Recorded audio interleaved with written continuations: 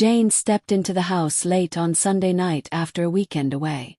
"Honey, I'm home," she called, her voice echoing in the silence. No response came. Frowning, she wandered through the house, checking the bedroom, bathroom, backyard, and study. Nothing. The only light in the house came from the lounge room, the rest bathed in darkness. Curious and a little uneasy, she walked out to the garage. Dave's car was still there. Strange, she thought. Shrugging off her unease, Jane decided to fix herself a snack. By 10 p.m., there was still no sign of Dave. She tried calling his phone again, no answer, just like Saturday night and that morning. At midnight, worry got the better of her, and she called the police. Their response was blunt. They couldn't take action until someone had been missing for at least 24 hours. Exhausted but unable to sleep, Jane tossed and turned, her thoughts spinning. This behavior was unlike Dave. So unlike him that it gnawed at her. The next morning, she decided to stay home from work.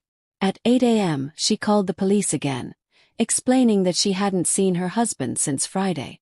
They assured her someone would come by within 2 hours. While she waited, she rang Dave's phone repeatedly, each unanswered call heightening her anxiety. Just before 10 a.m., the doorbell rang.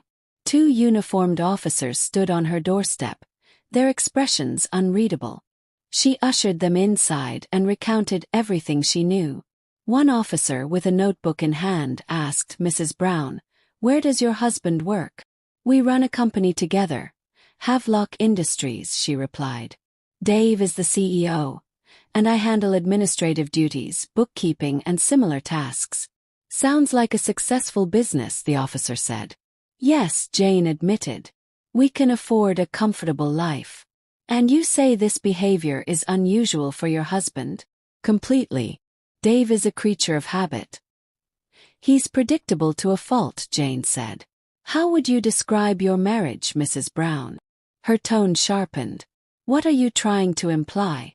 The officer softened his approach. "I mean, was your husband happy? Could he have left? Maybe with someone else?" Jane gave a short laugh. "I'm his secretary. If there were someone else, I'd know. And no, Dave is devoted to me. Completely." "Okay," the officer said. "Now, can you tell us your whereabouts over the weekend?" "I was visiting my sister in Kville. I left Friday night and got home Sunday evening," Jane replied. "You drove?" "Yes, it's only about 3 hours away." The questions shifted to practical matters. Dave's phone, wallet, keys, passport, and accounts.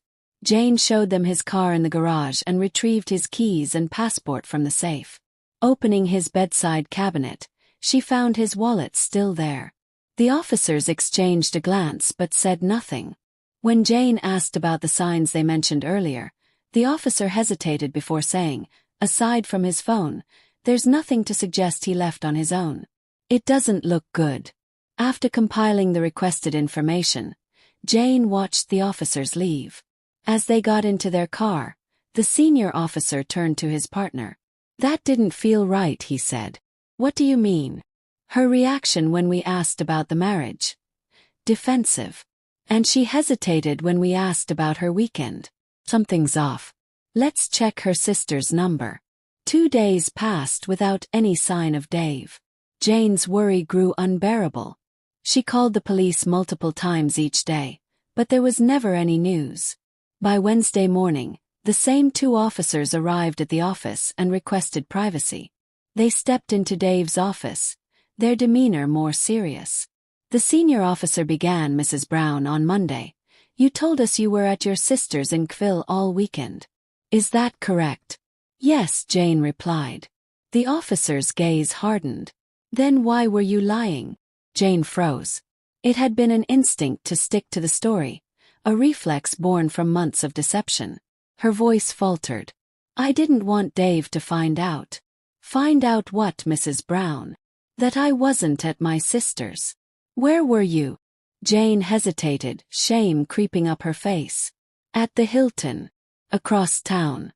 "Were you alone?" "No." "Who were you with?" Jane's voice dropped to a whisper. "A man." The officer pressed further. "Who, Mrs. Brown?" "Defeated," Jane admitted. Dennis Smith. Your lover? Yes. Did you leave the hotel at any time between Friday and Sunday night? Oh. The only time I left the room was to eat at the restaurant. And Mr. Smith? He left for about 2 hours Saturday afternoon. Said he had personal business. The officer leaned back. Where can we find this Dennis Smith? Jane hesitated before answering. Across the hall. He's my husband's deputy. A flicker of distaste crossed the officer's face. Is it possible your husband discovered the affair and left? Oh, we were discreet. Dave could never know, she insisted. The officer's voice turned cold. Ask Mr. Smith to join us. Then leave us alone. Wordlessly, Jane walked to Dennis's office. The police know about us. They want to talk to you, she said, her voice trembling. Dennis's face went pale. Damn, he muttered. Slowly he stood and followed her, his steps heavy with dread. Jane sat in reception, her thoughts spiraling in turmoil as she awaited Dennis's return from his police questioning. For the first time, she allowed herself to deeply reflect on her affair, a tangled mess of emotions she had pushed aside for months. It had started from sheer boredom.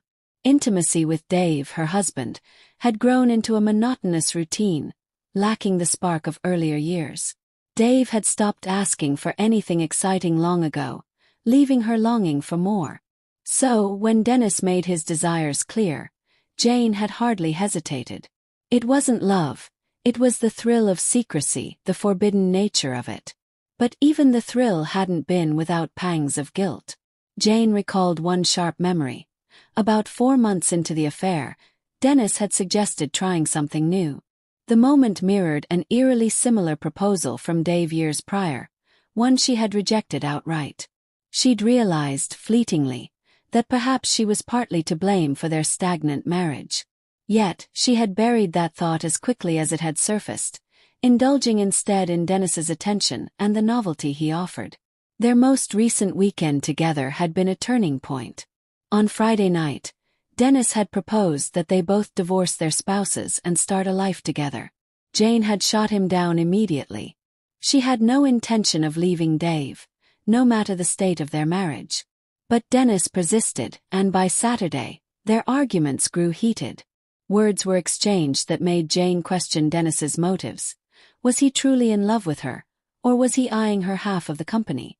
When Dennis stormed out for 2 hours that afternoon, she didn't press him about where he'd gone. Felt safer not to know. He'd returned eventually, and they'd reconciled physically, but Jane knew the affair was over. That realization settled heavily on her. She resolved to distance herself emotionally from Dennis, ending things carefully to avoid any sudden disruptions. On Monday morning, when Jane was roused from her restless sleep by a knock at the door, she felt a deep sense of dread. Detective Danny Bourgeois stood on her doorstep, flanked by uniformed officers and forensic technicians. Mrs. Brown, I'm Detective Bourgeois, he said, flashing his badge. We have a warrant to search these premises, as well as your business office. We'll also need access to your husband's and your computer accounts. Jane, dazed, nodded her compliance and provided the requested passwords and keys.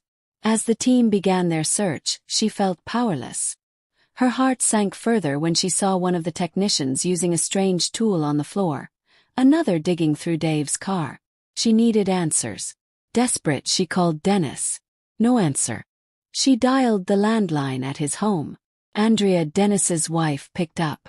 Andrea was everything Jane wasn't. Petite, stunning, with alabaster skin and a model's figure. Yet, Andrea had always been genuinely kind and fiercely loyal, a fact that now made Jane's own actions seem even more shameful. Jane, do you know why there are police crawling all over my house? Andrea asked, her voice sharp with suspicion. I'm dealing with the same, Jane replied, her tone apologetic. It's something to do with Dave's disappearance. Andrea's tone hardened. Dennis didn't say anything. What does Dave's disappearance have to do with us? Jane had no answer, fumbling through a quick goodbye. As she set the phone down, Jane noticed the technician examining Dave's car glance her way. Feeling trapped, she retreated to her den where she tried and failed to calm her nerves. By the weekend, Jane could no longer bear the weight of her guilt and fear. She called Dennis and they met at their usual hotel. But this meeting was different. Jane was haunted by the reality of her actions, and the spark that once ignited their affair had extinguished entirely. Dennis, on the other hand, seemed increasingly vulnerable, even crying in her presence. The display of emotion disgusted her. Was this the man she had risked everything for? The veil of excitement was lifting, and Jane saw clearly for the first time. No, she thought. This wasn't worth it. Not for him. She returned home with a heavy heart, consumed by guilt. She cried herself to sleep both nights, grappling with the idea that her husband might have discovered her betrayal and harmed himself. The thought was unbearable. On Monday, when Detective Bourgeois arrived again, Jane was too exhausted to think clearly. He requested she accompany him to the station, informing her of her rights.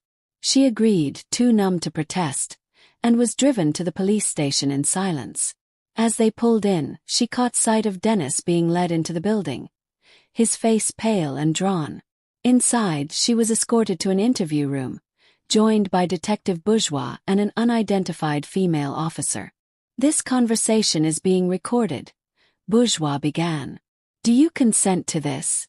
"Yes," Jane replied softly. "Do you also confirm that you have not requested legal representation?" "Yes," she repeated.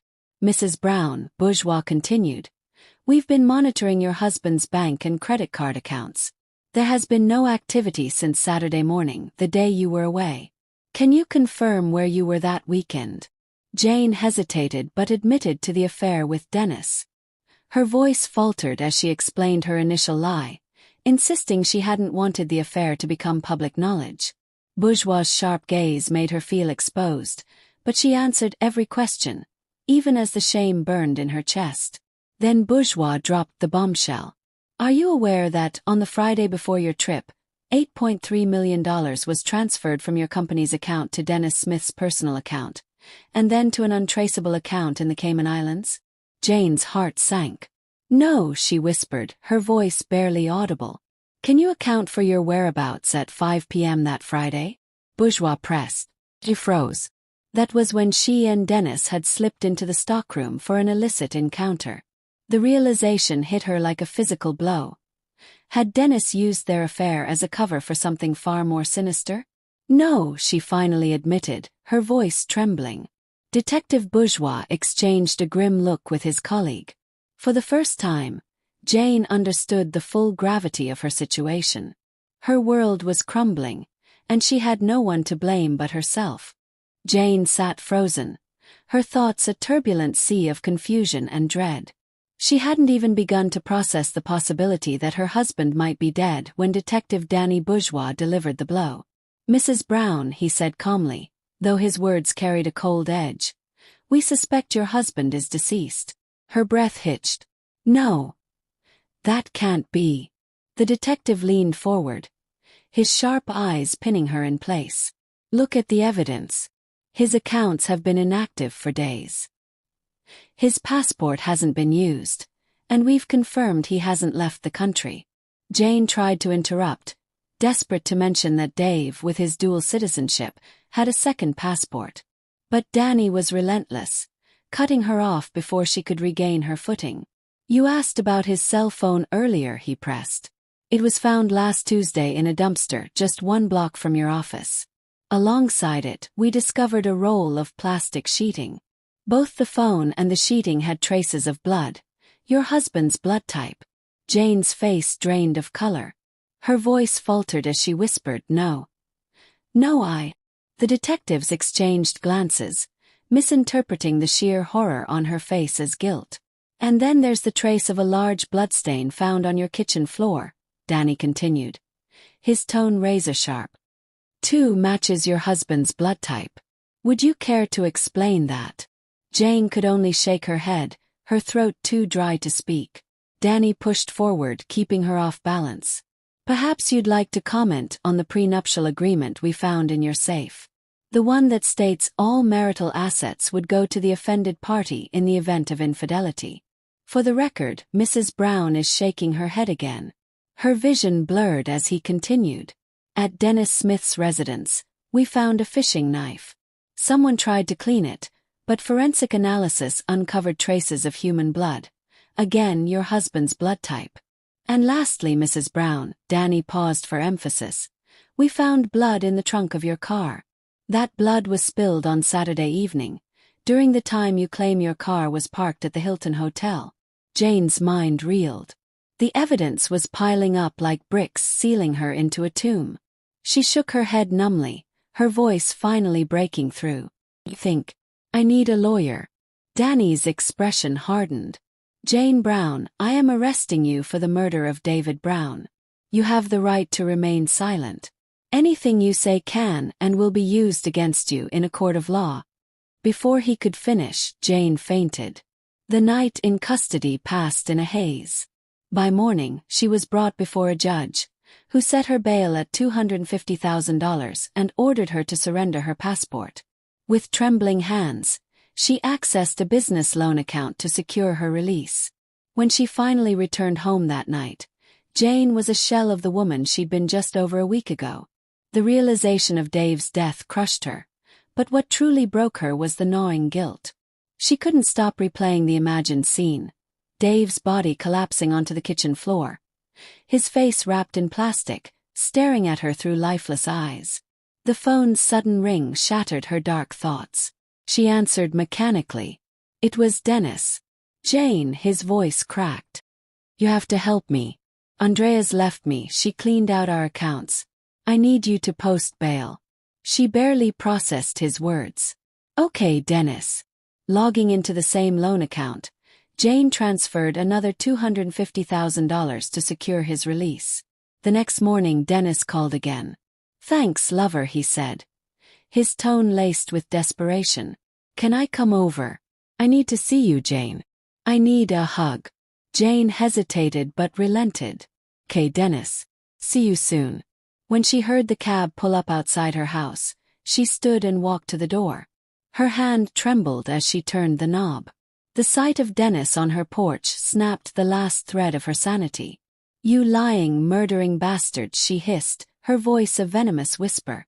You killed my Dave. Before Dennis could react, Jane raised her husband's pistol, the cold steel heavy in her hands. She pulled the trigger.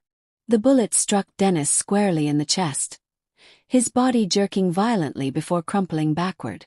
A second shot went wide, but the remaining 6 found their mark, riddling his twitching body. Breathing heavily, Jane stared down at what was left of the man she had once betrayed everything for. The gun slipped from her hand as she collapsed against the doorframe. Her spirit shattered beyond repair. When Ruth arrived at her sister's house later that day, she came prepared to handle the grim task of settling Jane's affairs. Pulling the mail from the box, she flipped through a stack of bills before stopping at a postcard. On the front was an idyllic image of a beach in the Cayman Islands. On the back were scrawled the words, "Wish you and Dennis were here. Lovedy." Frowning, Ruth tucked it into her pocket and entered the house. The silence inside was deafening.